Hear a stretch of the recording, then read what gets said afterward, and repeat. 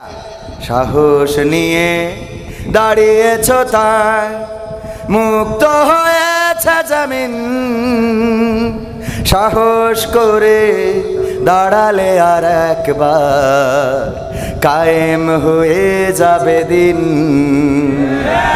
ঠিক না বেঠে? হাত উঁচু করে বলেন ঠিক না বেঠে? সাহস নিয়ে দাঁড়িয়েছো তাই মুক্ত হয়েছে জমিন, সাহস করে দাঁড়ালে আর একবার কায়েম হয়ে যাবে দিন।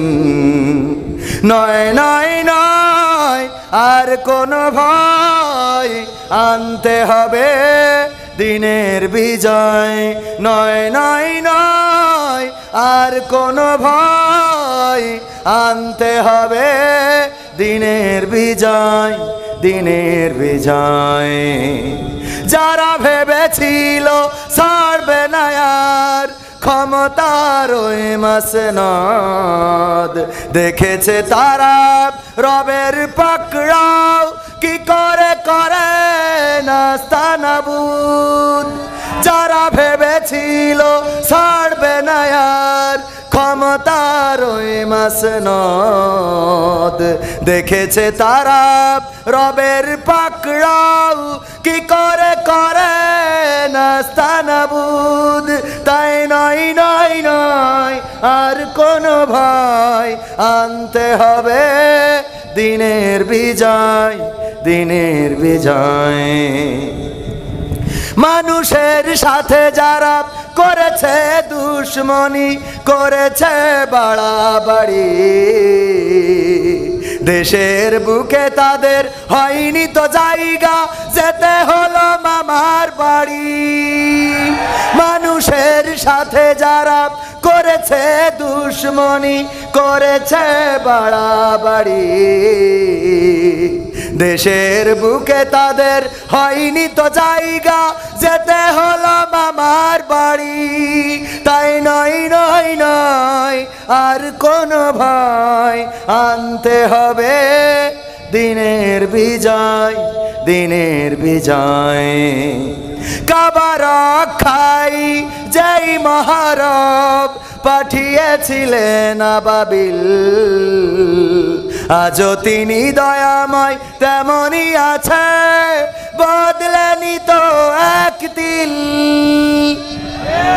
ঠিক না বে ঠিক? বিশেষ হয় না? কাবা রক্ষায় যেই মহান রব আবাবিল পাঠিয়েছিল, তিনি কি এখন বৃদ্ধ হয়েছেন? নাউজুবিল্লাহ, বৃদ্ধ হন নাই, বয়সও হয় নাই, বরং যেমন ছিলেন তেমন আছে।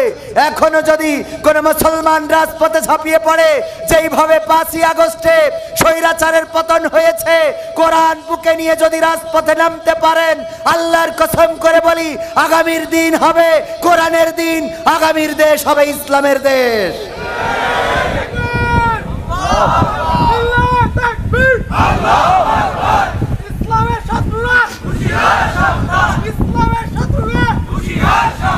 কাবা রক্ষায় যেই মহারব পাঠিয়েছিলেন আবাবিল, আজও তিনি দয়াময় তেমনই আছে, বদলেনি তো এক তিল। তাই নয় নয় নয় আর কোনো ভয়, আনতে হবে দিনের বিজয়, দিনের বিজয়। সাহস নিয়ে দাঁড়িয়েছো তাই মুক্ত হয়েছে জমিন, সাহস করে দাঁড়ালে আর একবার কায়েম হয়ে যাবে দিন। 1952-তে আমরা রাস্তায় নেমেছিলাম ভাষার জন্য, রক্ত দিয়ে প্রমাণ করেছিলাম এই বাংলাদেশের মাটিকে লাল করতে জানি, সবুজ ঘাসকে রক্তে রাঙাতে জানি, পিচ ঢালা কালো পথকে লাল করতে জানি, কিন্তু মায়ের ভাষার অধিকার ছেড়ে দিতে জানি না।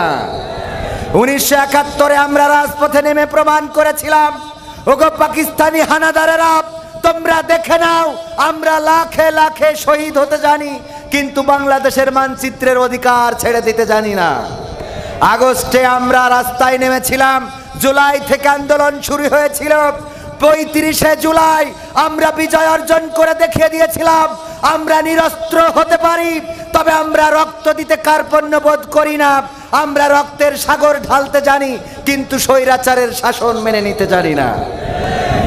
একইভাবে যদি আগামীর দিনে কোরআন বুকে নিয়ে রাজপথে নামতে হয়, কোরআনের জন্য যদি রক্ত ঢালতে হয়, সেই রক্তের সাগরে যদি সাঁতার কাটতে হয়, সাঁতার কেটে কেটে একটি রক্তাক্ত বিপ্লবী কালেমার পতাকা বাংলার জমিনে উড়াতে রাজি কারা কারা? দুটি হাত দেখতে চায়।